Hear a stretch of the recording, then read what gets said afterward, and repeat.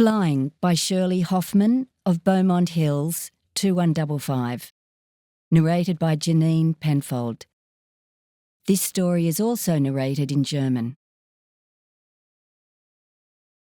I never thought I'd actually be able to experience the sensation of flying. It was as amazing as I thought it would be. As I was flying through the air, I remember I had time to think that, yes, it's true. Time does go much more slowly. Everything feels like it's happening in slow motion. Flying was the most wonderful feeling. And then I landed. I didn't even hear the motorcycle burst into flames. After I slid on the pavement for what seemed like an eternity, I finally stopped. As I lay there, I was wondering exactly what I should do next while the motorcycle burned behind me. I heard it rather than saw it. I wasn't entirely sure I wanted to move just then.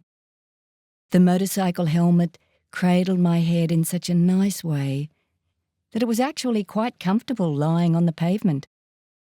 Other than the fact that my clothes, and perhaps my skin underneath, had quite possibly been shredded by sliding across bare asphalt. Here it is, some 40+ years later, and I can still recall the moment so vividly. I am so grateful that this happened to me. It taught me so many powerful life lessons: kindness, empathy, gratefulness, love of life. It may sound strange to be grateful for an event that nearly killed me, but it taught me so many lessons at such a young age, which is incredibly valuable.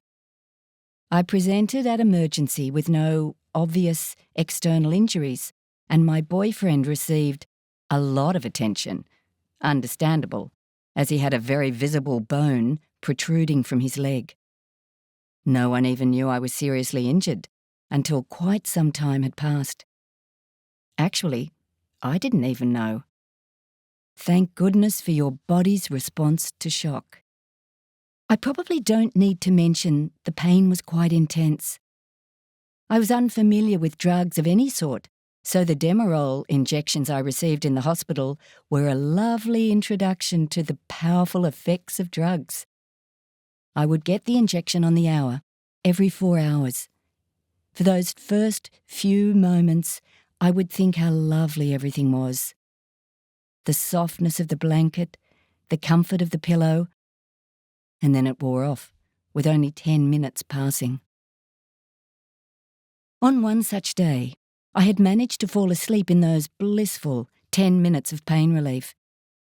Upon waking, I slowly turned around to the other side of the bed and saw a member of the clergy standing there. My immediate thoughts were of such sadness, as I thought I'd died. I recall thinking that I still had so much I wanted to do. Well, obviously, the opposite was true. I was still very much alive, and he was just there for a visit. We had a wonderful chat.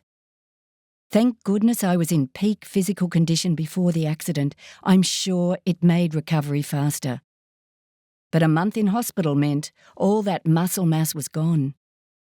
They had serious concerns about whether I would have to have a bag attached to my bladder for the rest of my life. Imagine that, at 19 years of age. Mum and I worked on strengthening my muscles by voluntarily stopping my urine flow. What an incredibly exciting way to spend your day. We squealed with delight when I was finally able to accomplish that after many, many days of practice and many attempts. Too much information? If you've ever been in the hospital with a severe trauma, you know exactly what I'm talking about. Nothing becomes too embarrassing. Then I had to learn how to walk again. First it was a walker, hobbling along the hospital halls with others in the same condition. As you can imagine, most of those others were in their 70s or older, and here I was, only 19. Then I progressed to crutches. My boyfriend was already a pro on his crutches. My mum, who had severe rheumatoid arthritis, was using a walking stick. So, the three of us made quite a sight. But what that taught me was that people openly stare, tut-tut loud enough to make sure you hear them, aren't courteous about holding doors open, and even openly ask questions such as, "What the heck is wrong with you three?" And not in a kind way. But what I also learned, or rather we learned as a team, was that there are many generous people who held open doors, didn't push when we were slow through a single walkway, and generally were keen to help in whatever way they could. I made the lifelong commitment right there and then to always be the person that's courteous, kind, helpful, patient. Always. Every time. Because you never know the backstory of someone's life.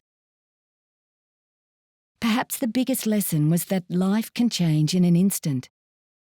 We all know this intellectually, but to know this at a deep soul level through an experience of almost dying, well, that's a different story. I could have died that day. I could have had to wear a bladder bag for the rest of my life. I could have been horribly burned if I was still on the bike when it burst into flames. But I didn't. I didn't die. I don't have a bladder bag. And I wasn't burned. Instead, I live a life of intense gratitude for every day. I know so many of us know this lesson, but it's good to be reminded. To learn this at such a young age was such a valuable gift, and I will be forever grateful for my motorcycle accident. It played a big part in making me who I am today. The end.